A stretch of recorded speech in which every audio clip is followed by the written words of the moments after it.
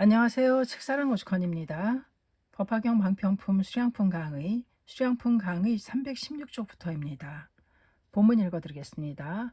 연금 비실멸도 2편 창원, 당치멸도 열애 이시방편, 교화중생, 소유자 약불구주어세, 박덕지인, 부종성근, 빈궁하천, 탐차고역 이버억상, 망견망중, 약견열의 상제불멸, 편기교자 이회염태, 불능생어, 난조지상 공경지심. 그러한데 지금 실의 멸도가 아닌데도 또한 소리를 내어 마땅히 멸도를 취할 것이라고 말하느니라. 열애는 이 방편을 가지고 중생을 교화하느니라. 까닭은 무엇인가?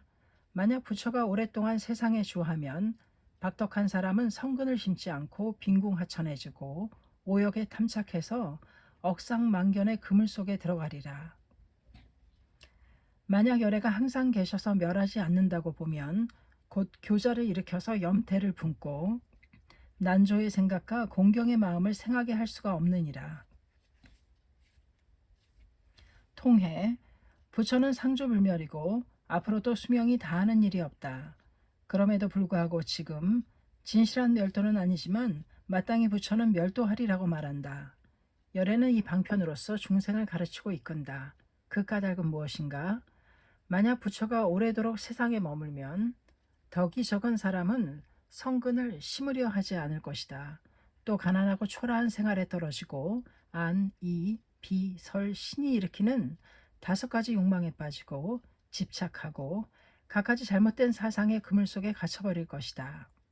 만약 열애가 언제나 이 세상에 계셔서 인멸하지 않는다고 보이면 곧 교만하고 방자한 마음을 일으키고 싫어하고 태만한 마음을 품어 부처에 대해 좀처럼 만날 수 없다며 그리워하는 생각이나 공경하는 마음을 일으키지 못할 것이다. 어욕, 오욕, 색욕, 성욕, 향욕, 미욕, 촉욕의 5가지 눈, 귀, 코, 혀, 몸의 5근이 색, 성, 향, 미, 촉의 오경과 접해 생기는 욕망을 말한다. 강의, 부처의 수명은 실제로는 영원한데 왜 인멸하는가? 그 이유를 말하는 부분이다. 이것은 나중에 자학에서 배우는 방편 현열반의 글과 연관되는 테마이다. 결론부터 말하면 석존의 인멸은 중생을 부처와 똑같은 무상의 경애로 인도하기 위한 최대의 방편이었다. 부처의 지혜, 부처의 자비, 부처의 투쟁, 이 수량품의 설법은 그 모든 것을 제자들의 생명에 심어주고 같은 길을 걷게 하려는 정신투쟁의 결정체이다. 중생을 위해 방편으로 멸도를 설한 석존, 만약 부처가 영구히 세상에 계신다면 어떻게 되는가? 박덕한 중생은 성근을 쌓으려고도 하지 않고 빈궁한 마음으로 천한 경애에 만족하고 잘못된 사상의 그물에 걸릴 것이다. 교만하고 나태한 마음을 일으켜 부처를 향한 난조, 만나기 어려움의 생각, 공경, 존경의 마음을 일으키지 못할 것이 틀림없다. 그러므로 부처는 중생에게 구도심을 일으키게 하고자 굳이 방편으로 인멸하는 것이다. 부처는 무상도의 스승이다. 부처는 중생에게 무상도를 구하는 마음과 한없는 향상의 마음을 일으키게 하려고 출현하고 또 인멸한다. 부처가 이 세상에 계속 있다고 생각하면 제자들은 세존은 계속 계신다며 안심하고 태만해지게 되고 향상의 길을 잊어버릴지도 모른다. 그러면 성불할 리가 없다. 처음에는 부처를 존경하고 분발하지만 이윽고 그 환경에 익숙해지고 타성에 빠져 부처와 함께 걷는 감격이나 감사를 잊어버린다. 그리고 점점 자신의 얕은 마음에 사로잡혀 수행을 소홀히 해버린다. 이것이 범부의 마음이다. 혹은 실제로 그러한 징조를 석존은 제자들의 모습에서 느꼈는지도 모른다. 그래서 석존은 난조의 생각, 공경의 마음을 일으키게 하려고 방편으로 인멸을 설했다.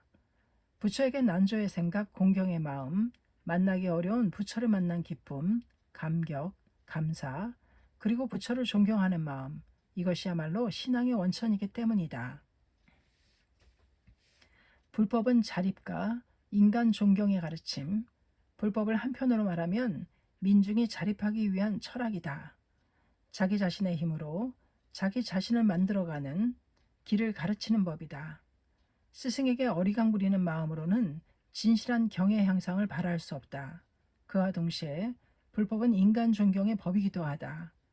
인간으로서의 최고 경애를 성취한 부처를 구도하는 마음과 행동으로서 똑같은 대경애를 자기 내면에도 열 수 있다.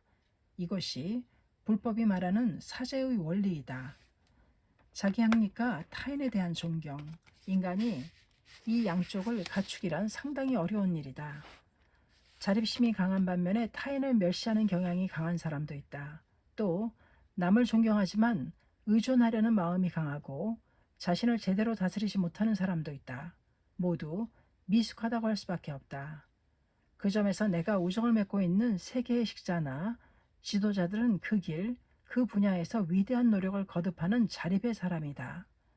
게다가 실제로 만나면 참으로 겸허하고 인간에 대한 존경의 마음이 가득한 시원시원한 분들이다. 인류의 인격에게는 자기 확립과 타인에 대한 존경이 훌륭하게 합치하는 법이다. 부처라는 최고의 인격을 만드는 길이 불법이다. 현대사회의 과제도 이러한 인간교육, 인간연마에 있다고 해도 좋다. 이 경문에는 오욕에 탐착해서라고 있지만 나는 이러한 것들도 현대의 욕망사회의 실태를 예리하게 비추고 있다고 생각한다. 다시 말해 높은 이상이나 삶을 추구하지 않는 사회는 차츰차츰 갖가지 낮은 욕망에 휩쓸리고 만다. 그 어른 사회의 왜곡은 그대로 어린이들에게 나쁜 영향을 미친다. 현대사회의 병든 모습은 실로 탐착오욕, 입어억상, 망견망중 그 자체가 아닐까. 황폐한 교육을 비롯해 오늘날 다양한 사회 문제의 근본 원인은 이 오욕을 컨트롤하고 올바르게 지도할 철학과 이념이 없다는 데에 있다. 멸도에 대한 석존의 설법은 이러한 인간 근원의 병을 치유하기 위해서이다. 낮은 곳에서 낮은 곳으로 흘러가기 쉬운 인간 마음의 경향성을 모두 알고 나서 그 마음을 높디 높게 히말라야와 같은 부처의 경애로 이끌기 위한 가르침이다. 인간을 단련한다. 인간을 만든다. 이 일점에 불법의 커다란 사명이 있다. 제자들이여 당당한 자기를 만들어라. 이 경문의 정신에 비추어 언제나 스승과 함께 있기를 바라는 것만이 제자의 자세는 아니다. 스승의 가르침을 자기 생명에 새기고 자립의 실천자로서 온 힘을 다해 투쟁하는 것, 바로 거기에 진정한 제자의 길이 있다. 도다 선생님의 문화 중에도 선생님의 광대한 자애에 응석을 부린 사람도 있었다. 선생님의 측근이 있기 때문에 스승의 권위를 이용하여 나는 위대하다며 오만하게 행동한 인물도 있었다. 선생님의 사업이 고경에 빠지자 선생님을 나쁜 사람으로 매도하고 떠난 자도 있었다. 그들은 모두 편기교자, 교만하고 방자한 마음을 일으킴의 모습이다. 만나기 어려운 스승을 만났다는 감사의 마음이 없었다. 이른바 난조의 생각, 공경의 마음이 없었다. 도자 선생님만큼 위대한 스승은 없다. 나는 그 사실을 가장 깊이 알고 준엄한 사제의 혼에 끝까지 살았다. 그러므로 어떤 것에도 지지 않는 오늘의 내가 있다. 그리고 도자 선생님이 구상하신 대로, 아니 그 이상의 위대한 학회로 발전했다.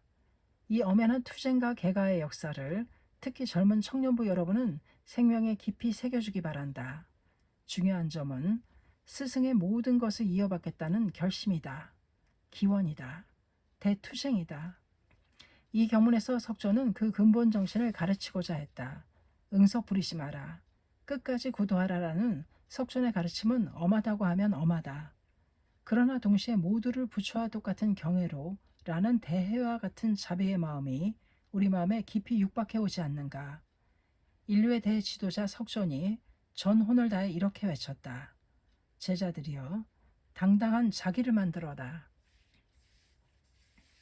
훌륭한 삶을 실감하려는 죽음, 그런데 이 인멸이라는 것을 우리 자신에게 전개한다면 사는 생의 훌륭함을 실감하고 충실한 인생을 걷기 위한 방편이라고도 할 수 있다. 도자 선생님이 이 경문에 대해서 이렇게 강의하셨다. 죽지 않는다는 것만큼 무서운 일은 없다. 중생도 인간뿐만이라면 그래도 괜찮겠지만 모두 죽지 않는다면 큰일이다. 고양이도 개도 쥐도 문어도 모두 죽지 않는다. 이것은 곤란한 일이다. 모두가 죽지 않는다면 어떻게 될까? 두들겨 맞아도, 살해당해도, 전철에 치여도, 밥을 먹지 않아도 죽지 않는다. 세상은 엄청난 일이 일어날 것이다. 이처럼 인간은 죽지 않아도 곤란하다. 또 죽을 때를 알고 있어도 곤란하다. 만약 사흘밖에 생명이 남지 않았다면 강의 따위 듣고 있을 수 없다. 그러므로 인간은 반드시 죽어야 하며 죽는 연어를 모르도록 되어 있다. 그래서 세상에 재미가 있는 것이다. 이것이 묘이다. 바로 그렇기 때문에 어본전을 배알하게도 된다. 참으로 생명이란 재미있는 것이다. 생사에 대한 선생님의 위대한 달간을 밝힌 말씀이다. 사가 있기에 생의 고마움을 실감할 수 있다. 살아가는 제오미를 맛볼 수 있다. 이것은 실로 인생의 오의이다. 쓸데없이 죽음을 두려워한 나머지 병이나 사고 등을 만나면 곧바로 비관하거나 자포자기한다면 어리석은 짓이다. 그러나 또 수명을 알 수 없다든지 죽음 따위 전혀 무섭지 않다는 것도 나는 믿지 않는다. 그것은 단순한 만용에 지나지 않기 때문이다. 가장 무서운 것은 마음의 죽음이다.